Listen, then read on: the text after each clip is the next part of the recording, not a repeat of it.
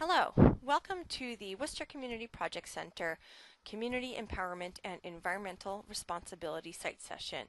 My name is Corey Denenberg-Denner and I am the Director of the Project Center. If you are looking for additional information, you are welcome to reach out to me. You can also reach out to the Center's Assistant Director, Laura Roberts. So I'm going to talk to you a little bit about why you should choose the Worcester Community Project Center, talk about some of the different project types that we have, some of the benefits of being associated with the Worcester Community Project Center. We'll also talk about some of the results of past projects and the impacts on both our students and our sponsors, and hear from some students about their experiences in their own words. Finally, we'll finish off with a description of what is entailed both in the preparation term and in the project term. And we'll finish off with the terms it's offered and the cost of the program.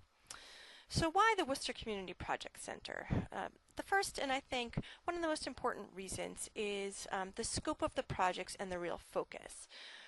We work primarily with social justice, not-for-profit organizations, and on environmental policy issues. Every term we strive to have projects both from the grassroots, working with not-for-profit organizations, as well as from the government sector. So it could be working with legislators. We do work with state senators, state representatives, city councilors, the mayor's office in Worcester, or with different government agencies like the Massachusetts Department of Environmental Protection and the Department of Public Health. We also require that every sponsor fully engage with our project groups.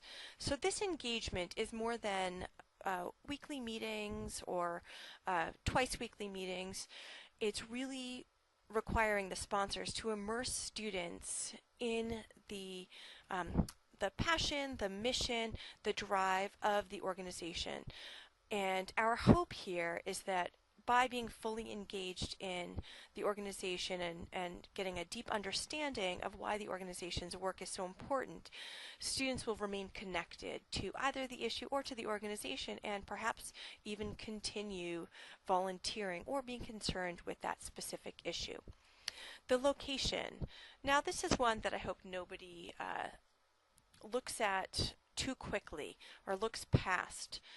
We're all in Worcester and benefiting from being in this amazing city that is actually amazing and has a really strong art community, a very strong activist community, and religious community, outdoorsy community, and we get to benefit from being in this city for the students at least 4 years, and by being a member of this community, it is our responsibility to also give back to it and to integrate ourselves into it beyond Highland Street. Maybe some of you have even ventured to Shrewsbury Street. We'll talk also about the cost a little bit, which for the Worcester Community Project Center is free. There's no additional cost outside of the $150 all students are assumed to put toward books or whatnot for classes. So a bit about our projects. I mentioned that we really focus on grassroots type issues dealing with social justice or environmental policy. We've dealt with issues such as leaking of oil from underground storage tanks and trying to change policy on the state level. We've been very successful there, working with social justice organizations. So here is a smattering of examples of some of our sponsors, and as I look at this list, I see it doesn't include all of them by a long shot. You'll see from the pictures some examples from past projects. The top picture, the left-hand side, is a gentleman who was in the middle of an immersion week at Habitat for Humanity's Restore. This is another one of those engagement opportunities, and Habitat for Humanity does a really phenomenal job at immersing our students in both the everyday operations and the mission of the organization. So students who volunteer or who work with Habitat for Humanity or the Restore for their project spend a whole week getting very immersed in all of the activities of the organization. So they might volunteer in on the floor, the sales floor of the Restore. They'll spend a day going out and getting going out and getting donations and bringing them back to the Restore. They might go to a build site for a couple of days. They'll at least go for one day. They'll help to categorize some of the different donations that come, and they'll really get to see the inner workings, both on a very personal level for the families who Habitat for Humanity builds homes for, and the people who choose to donate to the Restore as opposed to another organization, as well as some of the inner workings on the business side. The students in the middle picture worked with the Worcester Art Museum on a redesign of a gallery, and so there they are assessing some of the pathways that visitors who come to the museum have taken as they make their way through one of the different galleries to help make recommendations for a redesign of a new gallery. The bottom one is, yes, it's a magic marker on a hand, but it's much more important than that. It is really helpful for somebody who has some sort of cognitive disability, either a traumatic brain injury or developmental disability, and maybe because of that they have a tremor, and it's difficult for them to keep their hands still. So this assistive technology that holds the marker still and in place can allow them to write, can also be used to hold a spoon to help somebody with tremors so they can eat independently.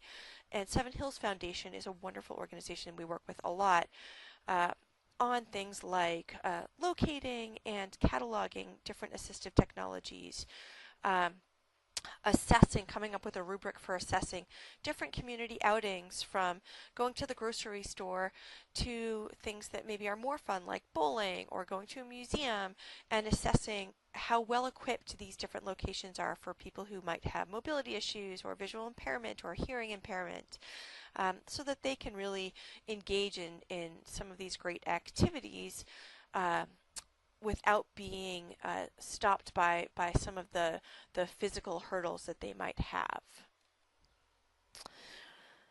There are a lot of different issues facing the city of Worcester, and for that reason, some of the organizations that we work with change. We try to keep a pulse on what are the most pressing issues for the city and give our collaboration offerings to those organizations first.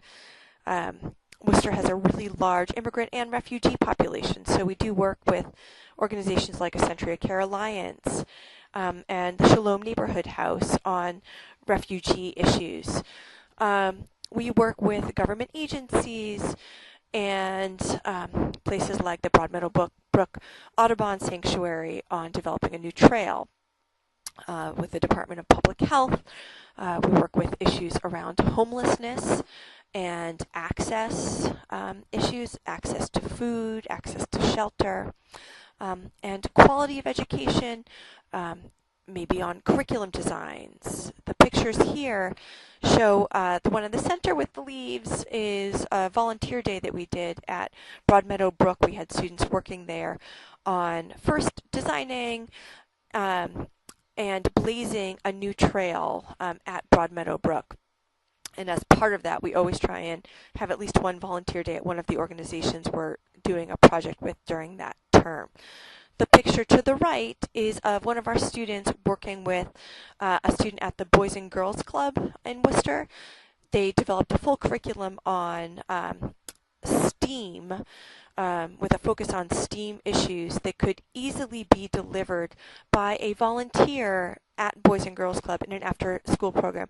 So they developed the curriculum, they publicized the curriculum, and then they piloted it with a handful of students, and it was really well received and great engagement for our students and for the students at the Boys and Girls Club.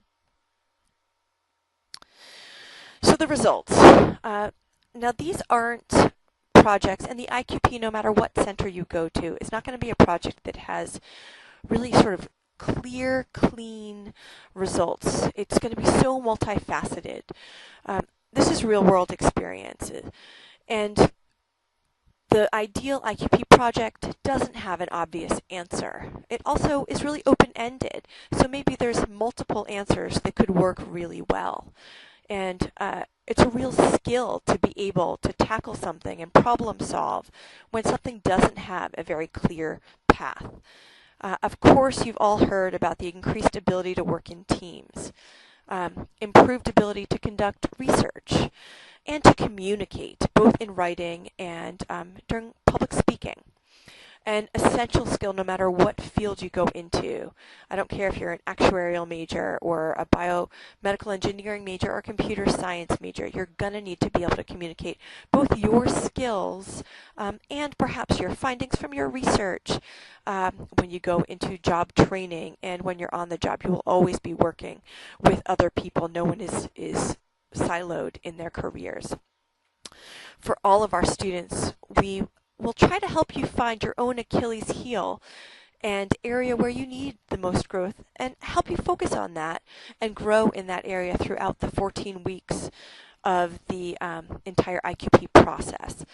And something that's really important to us at the Worcester Community Project Center is to help you get a newfound recognition of both your ability but also your responsibility to use this amazing training that you're getting from WPI for the greater good. So we thought it might be really helpful for you to also hear from our students who have been to the Worcester Community Project Center and experienced the array and the real benefit of working within this city that has given you so much. So this first quote is from a student who worked with the Worcester Art Museum in 2014 on an accessibility audit. They went to every single floor of the museum to assess how heavy the different doors were, how wide the doors were, every bathroom, every hallway, for people who have different mobility issues. And this is what Kaylee Chunga said about her experience. I chose to do my project at the Worcester Community Project Center because I wanted the chance to give back to the city of Worcester. After spending 3 years living here, I looked forward to the opportunity of helping leave this place a little better than when I had originally come here as a freshman. Throughout the course of my project, I had the opportunity to explore Worcester and learn more about its rich history and culture. This was an opportunity that any other project center would not have been able to give me. Now here's a quote from Dan Willett, who worked with the Blackstone Canal District Alliance, and I pretty much have the entire quote up here. He had a tough project. All of the projects have their own sort of unique challenges. And here's what he had to say. My project at the Worcester Community Project Center allowed me to contribute to the community I live in and to meet many interesting people from Worcester as well as the rest of the Blackstone Valley. I was able to get the global project experience while working right down the road. From Michael Giroux, who worked on a stormwater management assessment project in 2016. I chose the WCPC, but it wasn't my first choice. After finishing my project, I'm glad the WCPC chose me. My project work at the WCPC helped look past the public opinions and criticisms and really see some inner workings of a few municipal governments. It gave me a new perspective of management at the municipal, state, and federal level. My experience at the Worcester Community Project Center helped me develop the tools to organize vast amounts of information, as well as present project findings to large groups of important figures. So if you would like to apply to the Worcester Community Project Center and want to know what to expect, you should know the IQP for an off-campus project center requires 2 terms. The first term is the preparation term, also known as ID 2050. It counts for 1/3 a unit, and you may have heard ID 2050 is a lot of work. That is not a joke. I tend to recommend that when people take ID 2050 that they consider taking a bit of a lighter load.